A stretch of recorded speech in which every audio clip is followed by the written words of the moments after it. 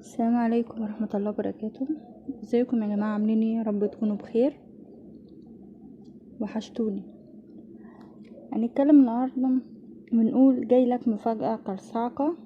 الحرباية اللي عاملة نفسها اختك، حسب الله ونعم الوكيل. بالنسبة للمظلوم في بشرى بالفرح والحماية. بسم الله الرحمن الرحيم. اللهم صل وسلم وبارك على سيدنا محمد عليه افضل الصلاة والسلام. وما يحلى الكلام الا بالصلاة على رسول الله عليه افضل الصلاة والسلام.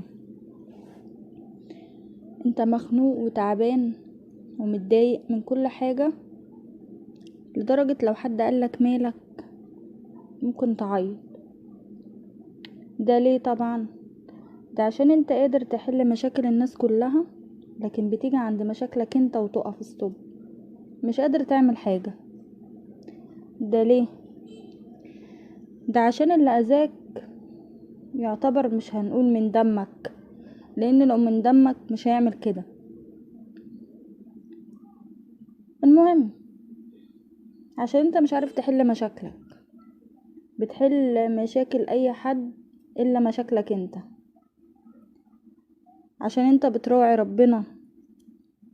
ربنا دايما بيقف معاك، وبدعوة امك انت ماشي، ومفيش احسن من دعوة الام. محدش يقولي مفيش احسن من دعوة الام. انا عن نفسي واحدة من الناس انا بمشيش الا بدعوتها، ودايما امي تقولي ربنا ينور بصيرتك. الحمد لله بفضل الله ان امي دايما تدعيلي وتقولي ربنا ينور بصيرتك. اقسم بالله ما في مشكلة بتقف قصاد الا لما بتتحل، واي واحد غدار وخاين ربنا بيظهرله على حقيقته. سبحان الله. ربنا يديك الصحة يا ماما وطولة العمر، ويخليكي لينا احنا، مش لناس جحدة. والناس الجحدة هي عارفة نفسها. المهم، انت واقع في مشكلة او في مشكلة في حياتك. ممكن المشكلة دي الناس كانت فاكرة ان مستقبلك هيضيع، ان انت خلاص الدنيا وقفت معاك، ان ما بقاش في حاجة نافعة. دمروا لك حياتك ومستقبلك ودنيتك وكل حاجة حلوة. لا لا، مفيش الكلام ده. واوعى تخلي اي مشكلة تقف قصادك. وانا قلتلك بدعوة امك انت ماشي، وبفضل الله.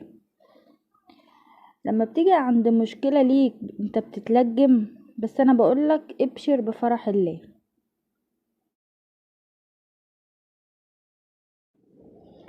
وابشر كمان بفرج ربنا عليك. في فرحة قريبة جايلك من عند ربنا، وجايلك خير ورزق. فرحة كبيرة من بعد المشكلة اللي انت وقعت فيها بالناس ما عندهمش دم ولا ضمير. دمروا حياتك من نارهم وغلهم.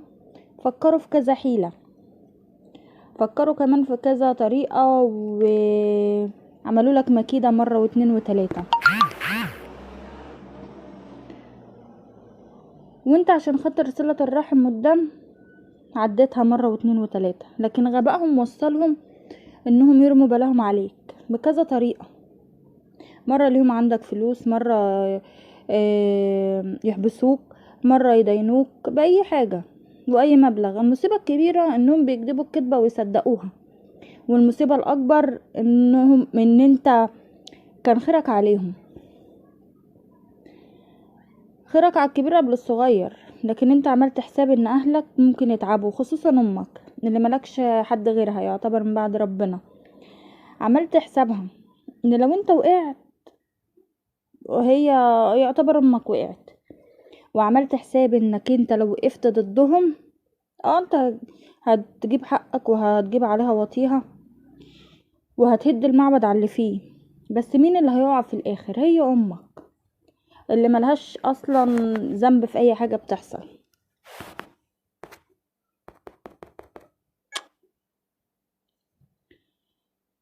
إيه هنقول ايه؟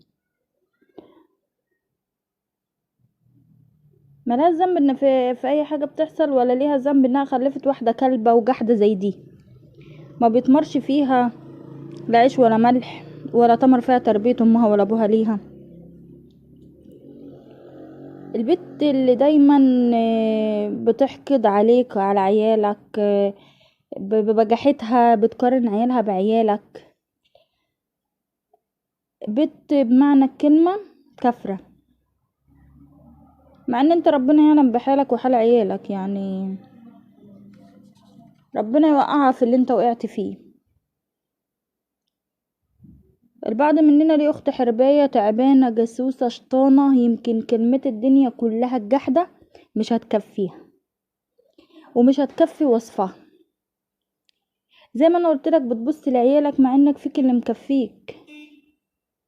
اللي مننا ليه طفل توفى، واللي مننا ليه طفل تعبان، واللي مش ملاحق مصاريف على ولاده، ودي هدفها بس الحقد والغل والنار اللي هتاكلها بإذن الله. عارفين ليه؟ عينيها فارغة، عينيها فارغة ما بيملاش عينها الا التراب. سبحان الله، في ناس كده. اه والله زي ما بقولكم، بنت بمعنى الكلمة الحقد والغل والنار والشر، الله يخرب بيتها. وبيت اليوم اللي بقت فيه اخت. بس هنعمل ايه؟ النصيب. ارمي ارمي ارمي كل ده ورا ظهرك، ملوش لازمة. دي بكرة تترمي في الشارع زي الكلبة. لا بيت ابوها هيتفتح لها، ولا بيت اخت، ولا بيت اخ هيتفتح لها تاني. دي تنفض لنفسها كده وتشوف لها سكة بعيد عننا. المهم بكرة كله هيرميها في الشارع، لان دي ما عملتش قليل. دي حبست اختها، قالت كلام زور، عملت انها مدينها مثلا، وقعت اختها الاكبر في مشاكل.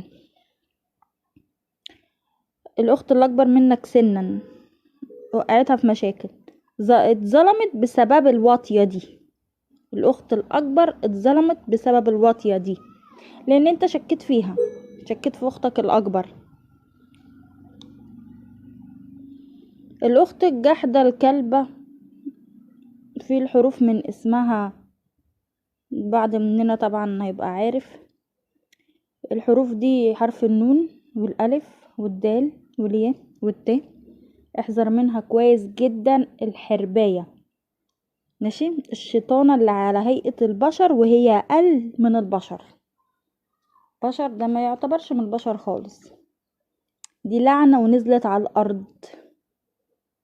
انت وقفت معاها مرة واتنين وعشرة، لكن هي وقعتك مرة واتنين وعشرة، ووقفت حالك مرة واتنين وعشرة. كنت انت بتشتغل في حالك وكانت بتطلب منك طلبات وربنا يعينك، بس انت ما كنتش بتأثر، وعشان نيتها الوسخة ربنا ده هيوقف حالها بإذن الله. يعني هي ما شافتش منك غير كل خير، داريت عليها وعلى مصايبها السودة. سؤال بقى، انت هتسيبها لربنا يجيب لك حقك منها، ولا انت هتاخد حقك والعين بالعين والسن بالسن والبدي أظلم؟ توقعاتي ليك انك سبت كتير لربنا، عدت لها مرة واتنين وعشرة وعشرين ومليون. اه والله زي ما بقولكوا كده، بس خلاص جه الوقت انك هتقف قصادها. هتدمر حياتها؟ بل لا بالعكس، ده انت هتدمر دنيتها، مش حياتها بس، حياتها دنيتها مستقبلها. هتدمر اي حاجة هتشوفها قصادك بالنسبة لها هي بس. يعني بس كده ما عملتش قليل، وانت هتعمل واكتر من كده زي ما هي عملت. اصل كفاية كفاية عليكي كده، الكرة كانت في ملعبك وانت شطي وعملتي اللي انت عايزاه. جه الوقت ان الكرة هتبقى في ملعبك انت. انت بقى شوط ولبسها لها في وشها وما ترحمش. توقعاتي ليك والله، هتشوط وهتلبسها في وشها وهتوقعها على جدور رقبتها، مش هتعرف تقوم تاني. والشماتة اللي هي فيها وعاملة نفسها الشيخة صعقة دي، كل حاجة هي بتعملها تتردلها على قفاها. بس انت حسب الله ونعم الوكيل، الدعوة دي اوعى تسيبها.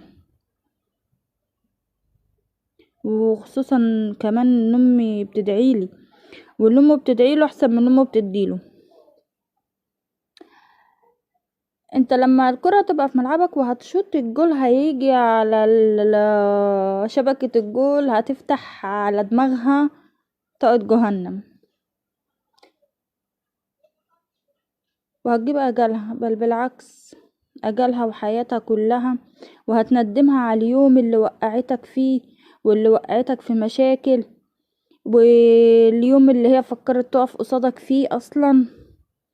في الوقت ده هي هتعرف انك مهما حصل معاك او الدنيا حطت عليك، انت الاقوى دايما. مع انها عارفة ان انت الاقوى، بس برضو انت هتثبت ان انت الاقوى. وده بفضل ربنا ودعوة الام. وربنا يبارك في